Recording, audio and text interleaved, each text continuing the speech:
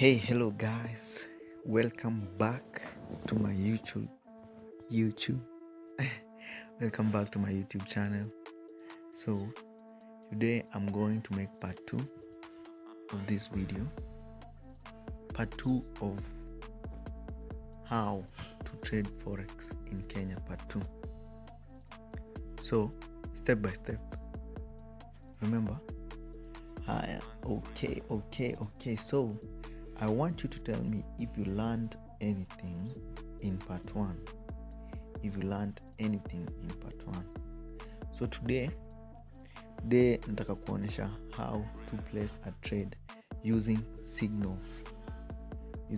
So unaona hizi zote, all these are pairs venye niliwaambia. I hope mnakumbuka. So all these are pairs. That is a pair here. These are pairs. Spread niliambia nitaambia on this video what is a spread. A spread is the amount of money unafaa kuwa nayo ili the trade go through. It's not the amount of money, like your difference yenye Audi na US dollar zimeachana nayo. Spread like zimeachana na spread ya 17. So hii spread ni the brokers ndio wanaekanga so that they can profit. Kwa hivyo the less the spread, the more profit utapata, because hizo pairs hazijachana sana. Kwa hivyo unaona utapata more profit kama hakuna spread, because ukiekelea tu hivi trade, spread ni 0. So if it's a buy, it's a buy. If it's a real buy, unaanza kama umepata profit instantly. But if the spreads are high, it's very hard kupata profit. So umeelewa what a spread is. So mnajua what pairs are. Audi USD, that's a pair. Euro USD, that's a pair. GBP USD, that's a pair. All the way down to USD SGD. XAUD, that's XUSD.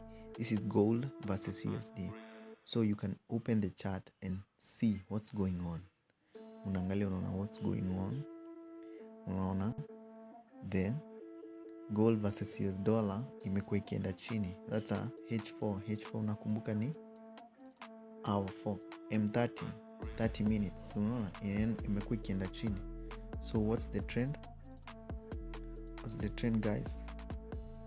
The trend iko chini.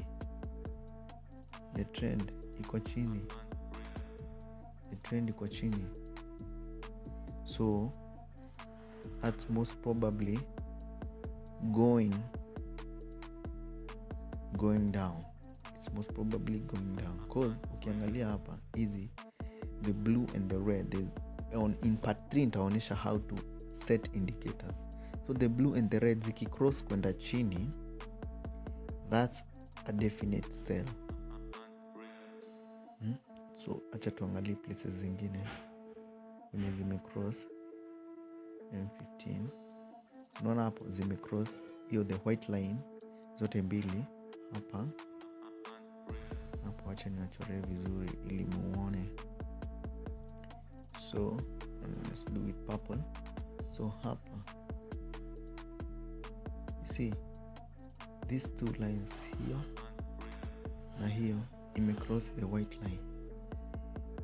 So that hiyo ni indicator nimeweka hapo.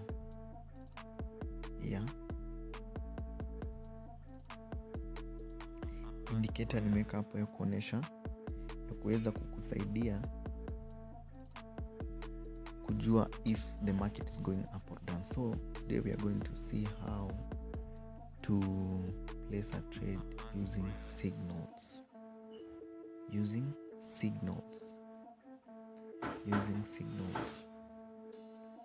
So utaingia kwa your Telegram, download Telegram on your phone, then utafute Forex Masterclass signals, then from there ndio utakuwa unatoa signals za kutrade. Kwa Kwa hivyo hapa kuna one signal GBP USD, so unaangalia imeandikwa GBP USD sell na iko na SL TP. SL inamaanisha stop loss, TP inamaanisha take profit. So kwa stop loss nitaonyesha mahali utaweka stop loss, TP nitaonyesha mahali utaweka take profit. So tunarudi kwa MetaTrader 4, then unatafuta GBP USD, then unasema new order, then hapa una copy paste everything venye tu nimewatumia. So stop loss ni 1.35558. Unaandika hapo ya kwanza, unaandika stop loss kama ni sell. Kama ni sell, ukiangalia hapa kuna ka red, ako ka line ka red, hiyo ndio utajua ni stop loss. Tunaonyesha ka line.